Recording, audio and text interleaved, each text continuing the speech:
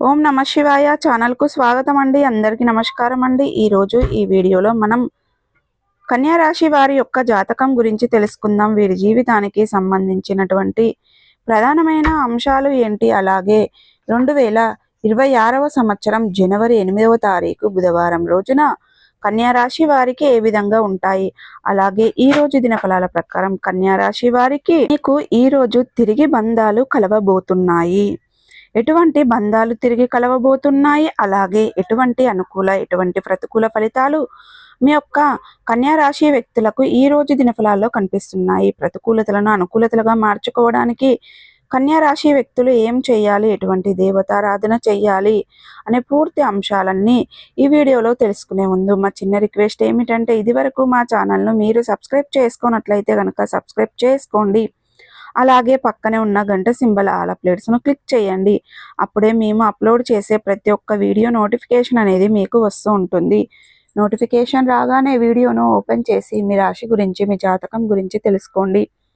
అలాగే మీ friends and family మెంబర్స్లో ఈ రాశి వారు ఎవరైనా ఉంటే వారికి కూడా షేర్ చేయండి. వారు కూడా వాళ్ళ రాశి ఫలాల గురించి, వాళ్ళ జాతకం గురించి తెలుసుకుంటారు. సో ఇక ఏమాత్రం లేట్ చేయకుండా వీడియోలో వివరాల్లోకి వెళ్తే గనక, కన్యా రాశి అనేది రాశి చక్రంలో 6వ రాశి. ఉత్తర 2, 3, 4 పాదాలు, హస్త 1, 2, 3, 4 పాదాలు, చిత్త 1, 2 పాదాల్లో జన్మించిన వ్యక్తులు కన్యా రాశిగా పరిగణించబడతారు. ఈ రాశికి అధిపతి బుధుడు. ముందుగా వీరి యొక్క వ్యక్తిత్వాన్ని మనం గమనిస్తే గనక కన్యా రాశి వారు చాలా మంచి వ్యక్తిత్వాన్ని కలిగి ఉంటారు. అలాగే సిస్టమేటిక్గా ఉంటారు. బంధాలకు, అనుబంధాలకు చాలా ప్రాధాన్యతని ఇస్తారు. అలాగే మేలు చేసిన వ్యక్తులను ఎప్పటికీ మర్చిపోకుండా గుర్తు చేసుకుంటారు. కొత్త వ్యక్తులు ఎవరు పరిచయమైనా కానీ, పాత స్నేహితులను కానీ, బంధుత్వాలను కానీ అస్సలు విడిచిపెట్టరు.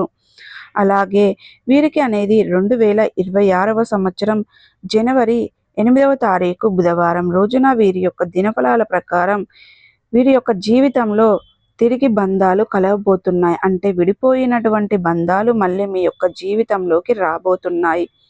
విడిపోయినటువంటి మీ యొక్క బంధుత్వాలు కావచ్చు, మిత్రులు కావచ్చు, కుటుంబ సభ్యులు కావచ్చు, లేదా తోబుట్టువులు, ఇలా ఎవరైనా సరే మీతో బంధం కలుపుకునే అవకాశాలు అయితే కనిపిస్తున్నాయి. అంటే ఏ మనస్పర్ధాల కారణంగా, ఏ గొడవల కారణంగా అయితే మీరు విడిపోయారో ఆ గొడవను పరిష్కరించుకుంటారు. సమస్యకు పరిష్కారాన్ని అన్వేషిస్తారు. అయితే ఏ సమస్య మీకు తలెత్తి ఈ విధమైనటువంటి పరిస్థితులు మీకు వచ్చాయో దాన్ని పూర్తిగా అర్థం చేసుకొని రియలైజ్ అయ్యి తిరిగి